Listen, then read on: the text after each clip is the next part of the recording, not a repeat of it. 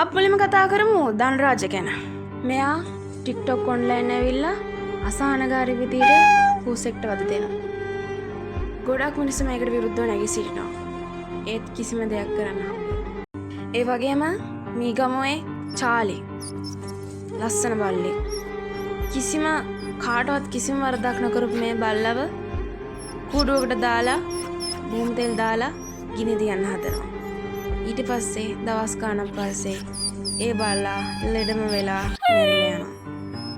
ඒ විතරක් නෙවෙයි අපි ගොඩක් මේ වගේ නිවුස් හැමදාම අහනවා. පූසොන්ඩ වස දීලා මරලා ලිඳ ඇතුළට දාලා බල්ලන්ට වස දීලා ඒ වගේව ගොඩක් ඒවා අහනවා. ඉතින් ඇයි වැඩිම පිරිසක් බෞද්ධ වෙලත් බෞද්ධ රටක් වෙලත් ඇයි මෙහෙම වෙන්නේ? ධම්මපදයේත් හරි ලස්සනට කියනවා සබ්බේ තස්සන්ති දණ්ඩස්ස සබ්බේසං ජීවිතම් පියං කියලා. සියලු දෙනාම දඬුවමට බයයි. සියලු දෙනාම ජීවිතයට ප්‍රියයි. හැමෝම කට කැඩනකම් කියනවා. හැමදේම තේරුම් කරලා දෙන්න හදනවා. ඒත් අපේ මිනිස්සු කරන්නේ හාමුදුරුවන්ගේ වැරදි හොය හොය ජීවත් වෙන එක. බණ අහනවා නමුත් පිළිපදින්නේ නැහැ. බුදුහාමුදුරුවන්ටත් වඳිනවා. නමුත් බුදුහාමුදුරුවෝ පෙන්වූ මාර්ගය අනුගමනය කරන්නේ නැහැ. බුදුන් වහන්සේ කියලා තියෙනවා මෛත්‍රී කරන්න හැමෝටම කරුණාවන්ත වෙන්න කියලා.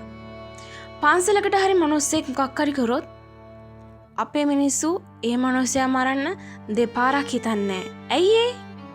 මොකද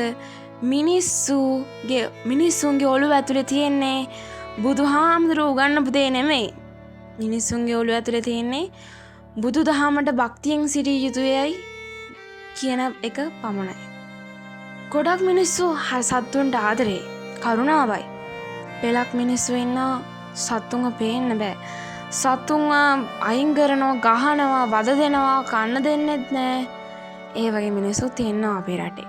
ඒ අතරින් තවත් පෙලක් මිනිස්සු ඉන්නවා මානසික ලෙඩ්ඩු. මේ අය තමන්ගේ ජීවිතේ ස්ට්‍රෙස් එක, පීඩනය ඔක්කොම රිලීස් කරන්නේ සත්තුන්ගේ. ඉස්ලාම් ආගමේ හරි ලස්සන කතාවක් තියෙනවා. දවසක් කාන්තාරේ මැද්දේ යන මිනිස්සෙක්ට අසරණ බල්ලෙක්ව හම්බෙනවා පිපාසයෙන් ඉන්න. මේ බල්ලට තිබහා දරා ගන්න බැරුව බිම කාන්තාරේ තිබ්බ වැලි ලෙව කකා හිටියේ. මේ මිනිස්සයා මේ බල්ලව දැක්කා. මේ මිනිස්සයා තමන්ගේ සපත්තුව ගලවලා පටියක් ගැට ගහලා ලිඳට දාලා වතුර ටිකක් දුන්නා බල්ලට අරගෙන. මේ මිනිස්සයා මේ කරපු දේ නිසා අල්ලා දෙවියෝ ඒ මිනිස්සයා කරපු සියලු පව් කමා කරලා ඒ මිනිස්සයාට ස්වර්ගය හිමි කර දුන්නා.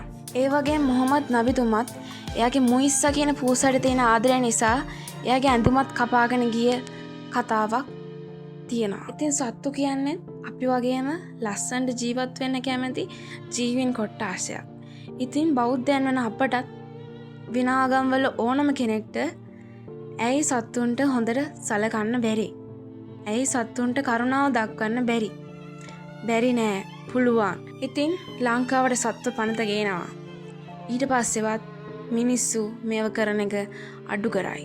ඉතින් ඕගොල්ලෝ හරි දැක්කොත් කොහේ හරි සත්ත්වයන්ට හිංසනයක් වෙනවා වහාම පොලිසිය දැනුවත් කරන්න. ස්තුතියි. ඉතින් අපි සත්තු වෙනුවෙන් ඊළඟට ලස්සන ෂෝට් ෆිල්ම් එකක් අරන් එනවා. ඉතින් ඒක බලන්න subscribe කරලා තියාගන්න. Thank you.